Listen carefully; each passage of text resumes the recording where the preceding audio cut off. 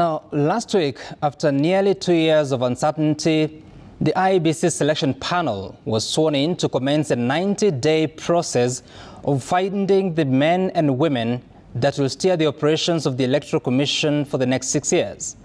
In doing so, the Nelson Makanda team will herald a team that will have the heavy but important role of reviewing the country's boundaries. But there is a problem.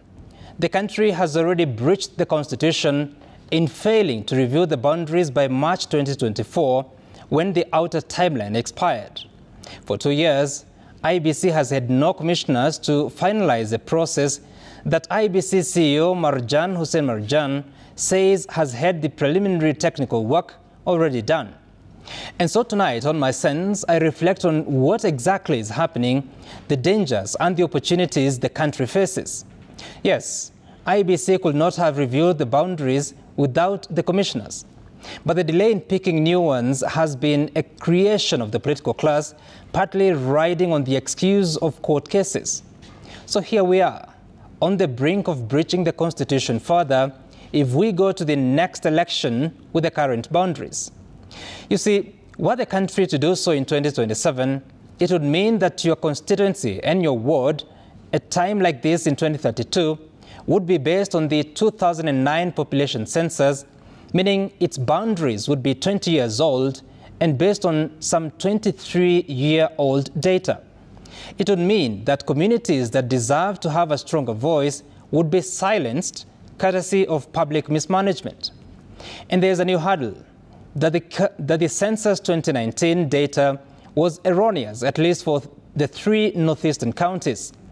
With a court order that no government agency should base its decisions on the 2019 data, just imagine that. We can't tell just how many we are accurately. IEBC CEO believes that there will not be enough time for the new commissioners who are expected in office in June 2025 to conclude the boundaries review and have them ready by August 2026, the constitutional deadline for them to be used in the 2027 election. Is that so? Are there options that exist? If public participation is the problem, why not devise innovative ways to respect the Constitution?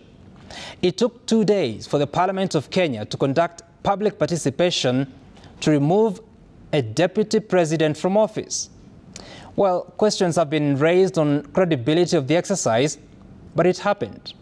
It took just about 2 weeks for the Finance and Planning Committee of the National Assembly to conduct public participation on the controversial Finance Bill 2024, had it passed, and just before the president could sign it into law, a decision was made to reject it. That decision took half a night, half a day. And it took just a few months to introduce 4 consequential health laws that wound up a 60-year-old NHIF to introduce the Revolutionary Social Health Authority. I choose the word revolutionary advisedly.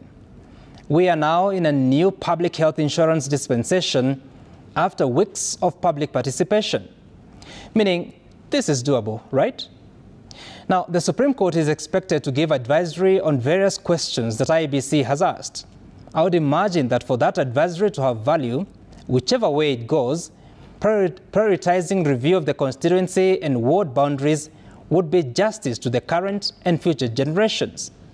It will not make any constitutional sense if the country proceeds to the 2027 elections with the same boundaries as we know them.